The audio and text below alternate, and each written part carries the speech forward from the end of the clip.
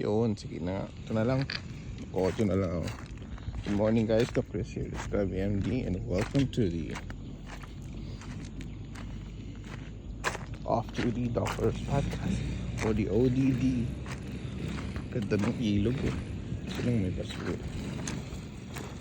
Ang kahalagaan ng kalikasan kasi it connects with our health. No? Look at this. Saya tignan. Majestic, diba? However, basura.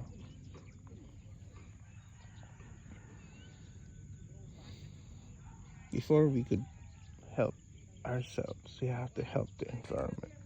Yun ang pinakamahalagang gampanan nating role para matulungan natin ang isa't isa. Isipin nyo may basura sa ilog, which is a fresh body of water. Fresh water siya. Can be a source of drinkable or potable water. Pwedeng inumin. Pero nakahalo sa waste. Even solid waste. Nalilimitahan yung source natin. And then we resort to things like refilling stations, refining, di ba? And dadagdag presyo. Whereas noon, which was free, hindi mo naintindihin kung saan ka pwede uminom. Right now, ay na pala si Haring Araw. Yeah. Pero dito sa parte ng Paranan,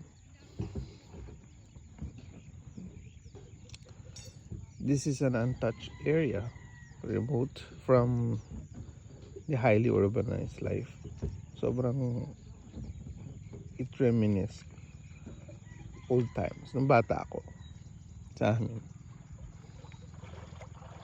And way more. There are areas na wala pa rin kuryente. No. Be care for the environment. The other side nito, sabi nila is the northern Sierra Madre mountain ranges. Pero hindi ko siya makita ngayon kasi mahamog. Pero we've been there yesterday.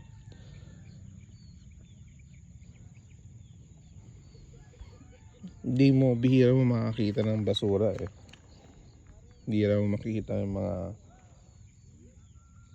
supot, ganun, mga bottled water na nakatiwangwang, unlike sa mga urbanized areas. This is the good life.